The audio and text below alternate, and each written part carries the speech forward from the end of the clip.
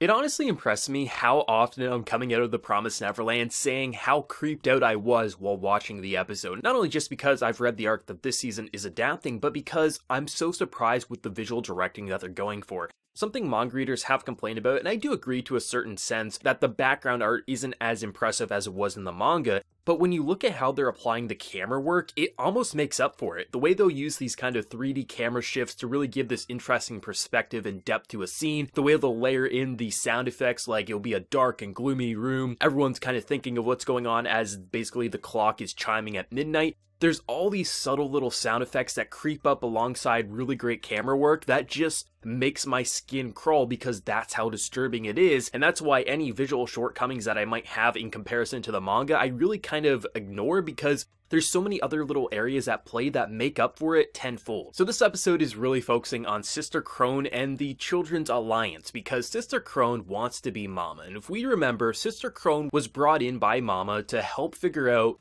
who the traitors were and to keep everyone intact while they were shipped out. And also we know that if word got out, Mama would be ousted and she would be replaced because having something this bad happening, that would lead to her firing, if not her murder, whatever they decide to do with failed mothers. So Krone sees this as a perfect business opportunity that if the kids escape, well, who's gonna get blamed? It's gonna be Mama, not Sister Krone. Sister Krone will then be promoted. But of course, you know, you have all these weird spider webs kind of tangling together of, yes, their paths do intertwine, but if there would be a way for Sister Krone to not only oust Mama, but also salvage the harvest, she would definitely do that. But at the moment, she can't say anything to Mama. Ray can't say anything because essentially, if Ray spills the beans on Krone, then Krone will be ousted and then they lose their upper hand. If Krone says anything, it's the same thing. Like, everyone can't say anything until they have proof on the other, and that's exciting. This entire episode, watching the back and forth, and I really think this episode is going to highlight Emma even more to the people that maybe had some doubts that she was a little bit too naive. She was the one right away calling out Sister Krone shit, saying like, how can we actually trust you? Norman was ready to shake the hand immediately because he saw business opportunity here and why she couldn't actually sabotage them. But Emma was very skeptical, and her voice acting was just like sassy and full of spunk. I loved it. I loved how in Sister Krone's face she was, and I think it really shows Emma as being a really smart character that a lot of people, including the anime originals, might want to say she is too naive. I think this episode is definitely going to give people a different perspective on her character. I just love all the back and forth between all these characters because now everyone is brought into the fray, everyone understands what's going on and how they have to make this plan succeed. And just the interactions between Krone, Emma, and Norman in this episode, especially when they went into her room, that was intense because for the most part, Sister Krone, she was honest. She was brutally honest. Even when they were trying to lie and say like they didn't know about the tracking device or how to break them and things like that, I love how Sister Krone doesn't lie about anything. Like, she's actually saying like, I'm trying to work on your side here, but she's so good at reading people. And seeing that reaction was so much better than what I was anticipating. Just seeing the amount of shock and disgust and just torment that her actress gave in terms of the vocal performance, but then also how her body was responding. Sister Krone is right out of a horror film, and she's so disturbing, but she's so amazing because she is such a wild card. You never truly know what side she's going to play on because whatever side will get her to her path of victory, that's what she'll follow, but she's always going to keep her eye open to see if maybe she can sabotage two sides at the same time. And just that entire back and forth was so gripping, so amazing. Vocal performances, impressive. Easily Emma and Krone were the star in terms of voices. So much range, so much diversity in their performances, but just to see how much the visual directing went in, so many 3D camera shifts, playing around with perspective, giving depth to scenes, watching these very shocked and disturbed reactions as they're trying to figure out how the hell can we escape, can we do this faster or sooner, what is going on. Ray's getting a camera to, supposedly that's going to be able to break the tracking devices in their ear.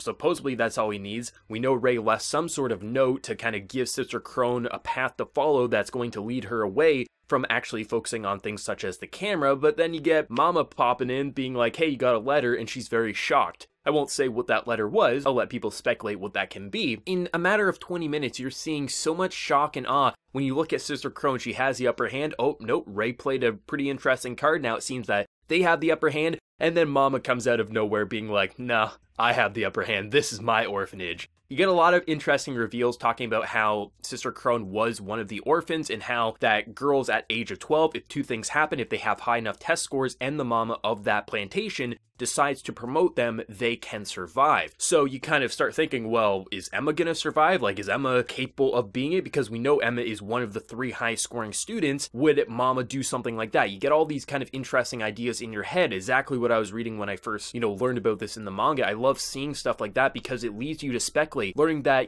they can't even leave their farms without being electrocuted. So if they did manage to escape, Mama or Sister Krone, they couldn't follow. They would be killed if they tried to go over those walls alongside them. Learning about how there are other humans out there, there's so much answers, and it makes your head speculate of what could happen once they escape. And I don't know what could happen because I stopped reading. I think it's probably around episode 10 is when I kind of stopped reading the manga of where the season will end at. So I really don't know where it goes, and that's pretty exciting. But I love how much information they give you, and it lets you speculate, but also say, like, if there wasn't that, reveal that they would get shocked to death that they left, then you could think, well, even if they did hop over the wall, what's to stop them from hopping over and chasing them? I mean, we've seen how fast Sister Krone can run. She is a speed racer. Well, that answers why. So the author set themselves up for a really interesting way of letting the kids escape, possibly without these people following them. It would have to be the demons or someone else that would have to try to track them down, which is pretty cool. I really like that a lot. The sound effect design is it keeps impressing me more and more, and I think as we get more creepy and horror designed,